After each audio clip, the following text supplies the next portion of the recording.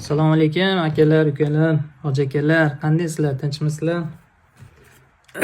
O'zbekistonda hozirgi kunda bo'lib turgan bitta muammolardan bittasi mana bu O'zbekiston pravasini olish muammo bo'lyapti.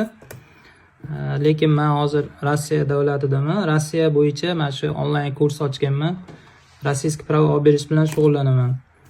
Sizlardan iltimos mana shuni tagiga like bosib tarqatib yuboringlar, iltimos do'stlaringga, yaqinlaringga. Men ismim O'tkirjon, o'zim Qo'qon shahridanman.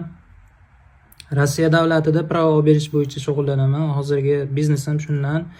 Ballar onlayn o'qitaman. Men mana bunaqangi qilib ekzamen topshirib, ekzamendan o'tgandan keyin geyga olib kiraman. Agar kimda mana shunaqangi o'zbek pravasi bo'lsa, mana kimda mana shunaqangi o'zbek pravasi bo'lsa, hamma kategoriyaga olib berishga harakat qilaman.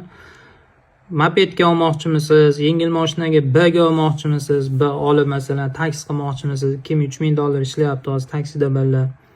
Yoki B olib gruzovoy haydamoqchimisiz, yo D ga olib avtobus haydamoqchimisiz, yo Y olib fura haydamoqchimisiz, hammasi bor akalar, hammasi bor. B kategoriyani biz avtoshkola o'qisa bo'ladi. Qolgan kategoriyalarda mopeddan tashqari, keyin yengil mashinadan tashqari qolgan kategoriyalarda avtoshkola orqali o'qiladi. Menda avtoshkolam bor, Xudoga shukr.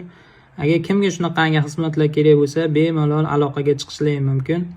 Agar kimda kim yengil mashina olmoqchi bo'lsa, yengil mashinaga B ni o'ziga olmoqchi bo'lsa, qanaqangi maslahat kerak bo'lsa, maslahat beraman. Bemalol maslahatlar bepul. Telegram kanaliga o'tib, hamma savollarni yozib qo'yishlar mumkin. Hammaga omad. Xudo xolasa yangi yilda boramiz O'zbekistonga. O'zbekistonda ham inshaalloh ochamiz.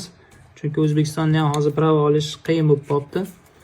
Bemalol kimga mana shunaqangi rossiyskiy kerak bo'lsa, telefon qilaverasiz. Olish oson, olasiz. Yordam beramiz. Telefon qilavering bemalol.